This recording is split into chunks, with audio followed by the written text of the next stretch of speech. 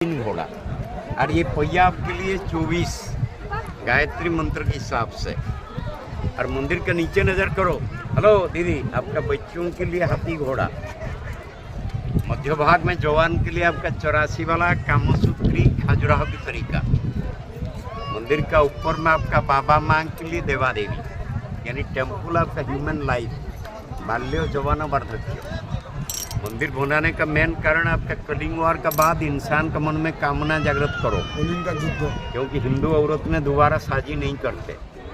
सेविका बने, सती बने या मुगल बने, संसार बढ़ाने के वास्ते टेम्पल। इसलिए मंदिर हमारे कल्चर पे कॉलेज है। आर्ट का ज्ञान नहीं है तो पत्थर है बस। चलिए